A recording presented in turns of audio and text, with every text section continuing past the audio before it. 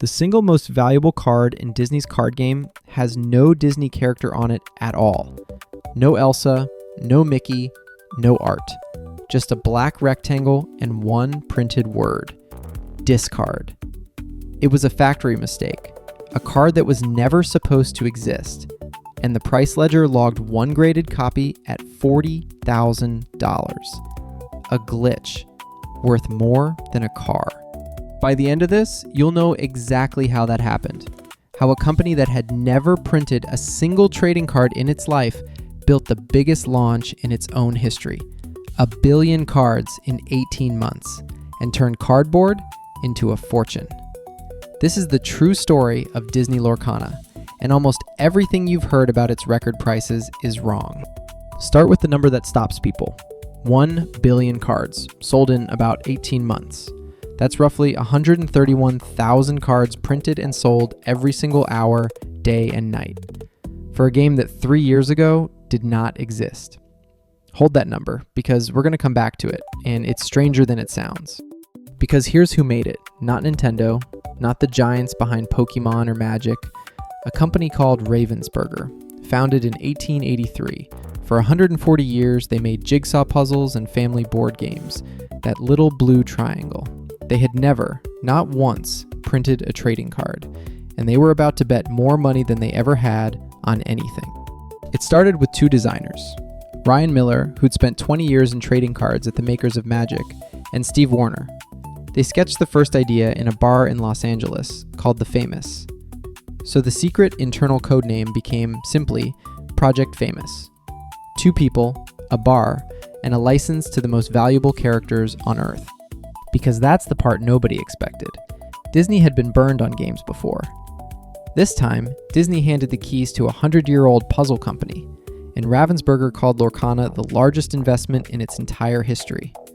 A puzzle maker, betting the company on a card game in a market ruled by Pokemon and Magic for decades. Therefore, it had exactly one shot. It announced the game on August 30th, 2022. Then, on August 18th, 2023, the first set, the first chapter, finally hit shelves. And the shelves emptied. Not slowly, not over weeks, instantly. But to understand why it printed money, you have to see the one design decision hiding inside every card. Here it is. Once per turn, you can take any card from your hand and turn it face down into what's called your inkwell. That face down card becomes fuel, the resource you spend to play everything else. Which means every card in your hand is secretly 2 cards. You can play it for its effect, or you can burn it for power. That single choice is the engine of the whole game. So here's Lorcana in one breath. You're an Illumineer, summoning glimmers, magical copies of Disney characters. But you don't fight your opponent down to 0. You send your characters on quests to earn a currency called lore. First player to 20 lore wins. It's not a battle to the death. It's a race. The cards come in 6 inks. Amber protects. Amethyst draws. Emerald plays tricks. Ruby hits hard. Sapphire builds. Steel controls. And unlike Magic, where colored mana only pays for its own color, in Lorcana, any ink pays for any card. Simple enough for a child, deep enough for a world champion. And there's one detail that makes people grin the first time they see it. It's a keyword called singer. Your characters can literally sing the Disney songs, casting them as spells, for free. Ariel sings part of your world and the magic just happens. It's the kind of small, perfect idea that only works when the characters are this beloved. But beloved is exactly what created the chaos. Go back to launch. At Gen Con, the big tabletop convention, the crowd for Lorcana was so enormous it broke the convention's own line system. They had to run a dedicated overnight line just for this one game. People waited 14 hours, and many of them still went home with nothing. Therefore, the price of getting any at all went vertical. When it went online, Shop Disney opened sales at midnight. It sold out the instant it went live. France ran completely dry within 2 days. Ravensburger, this careful 140-year-old company, had badly underestimated its own hit. And where there's a shortage, there's always someone waiting to profit. The scalpers moved in. They bought sealed boxes by the armful and relisted them at 2-3 times the retail price. Some local stores marked product up 400%. Real fans, standing in real lines, were paying a fortune for cardboard that had already been bought out from under them. But the sealed boxes weren't even the real prize, because weeks after launch, one single card crossed $1,000. The Enchanted Elsa, Spirit of Winter. A game barely a month old suddenly had a true chase card, a holographic grail that people would tear open entire boxes just to find. And that is where the money story really begins. So let's define it. Enchanted was the rarest tier at launch. Same character, but a full alternate artwork, borderless and glowing, seated at roughly 1 in every 96 packs, about 1 per booster case. That's the trophy. And the hunt for it is what turned a family card game into a speculative market, which brings us to the most famous number in Lorcana, and the biggest lie. You've probably seen it, a single Elsa card, $45,000. It's all over the internet, and here's the part almost every collector gets wrong, the part that is the entire reason this channel exists, because that number never actually happened. $45,000 was an asking price, a listing, a number someone typed that nobody ever paid. The real record, the one we can actually prove, is a different card. A Snow Queen Elsa, given out at Disney's D23 Expo, graded a perfect 10, sold on eBay on October 15th, 2023. The price? $7,050. Still a fortune for a piece of cardboard, but it's the truth, and the truth has a habit of being stranger than the hype. Take that, Snow Queen Elsa.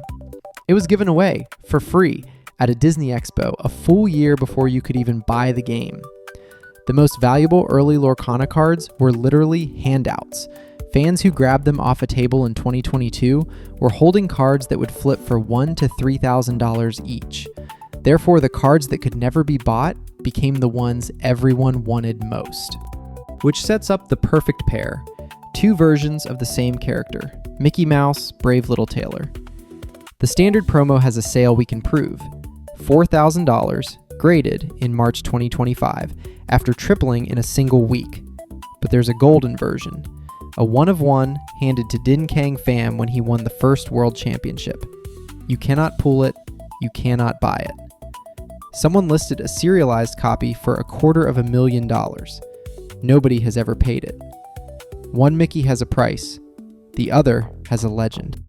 And all of that hunger for the Elsas, the Mickeys, the misprints brings us back to our number. By the beginning of 2025, Lorcana had sold 1 billion cards, the most successful product launch in Ravensburger's entire 140-year history. A puzzle company had built a phenomenon. Therefore, the phenomenon started to rebuild the company. In 2024, Ravensburger's revenue climbed 18% to 790 million euros. And it did that in a year the global toy market actually shrank. One card game, dreamed up in a bar, had dragged a legacy toy maker into an entirely new business. But money that big always attracts something else. Lawyers. A rival card company, Upper Deck, sued. They claimed the designer, Ryan Miller, had taken one of their game ideas and turned it into Lorcana. It was the kind of lawsuit that can sink a product. Ravensburger fought it, and Ravensburger won on every single claim. The one loose thread settled in October 2025 for $39,000. And here's the irony. That number was simply the contractor fee Upper Deck had once paid Ryan Miller, handed back. A game that had made hundreds of millions of dollars walked away clean for the price of a used car. And the ceiling kept climbing. By 2025, a new rarity appeared, above even Enchanted. It's called Iconic. Full bleed art, a special foil, the card's name hot stamped in raised 3D letters. The current king of them, Buzz Lightyear, Jungle Ranger, now carries a market value near $3,500. A brand new grail, barely a year old. But you might be wondering where all these rarities sit. So here's the whole climb. Common, uncommon, rare, super rare, legendary, then Enchanted, the original chase, and now at the very top, 2 new trophy tiers, Epic and Iconic. Every rung up, fewer cards exist and the price steps higher.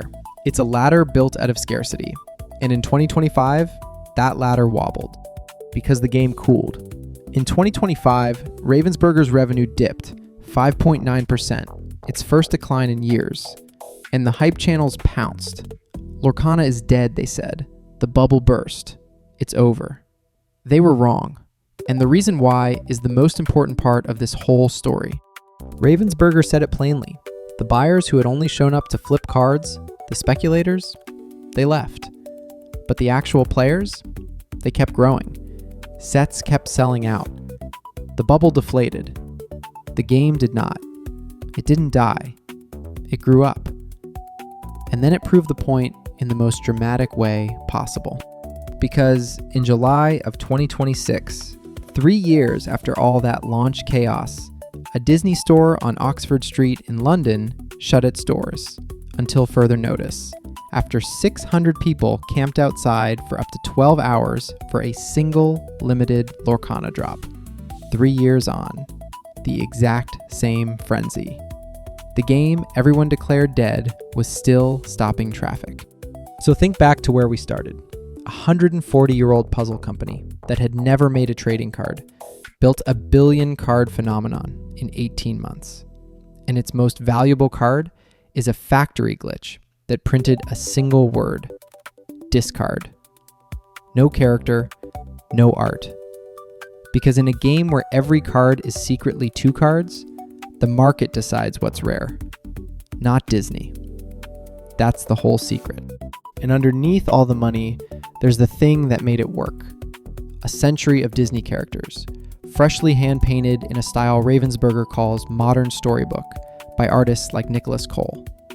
And for Disney's 100th birthday, Disney's own animators drew and signed a special set of cards, art that had never existed before.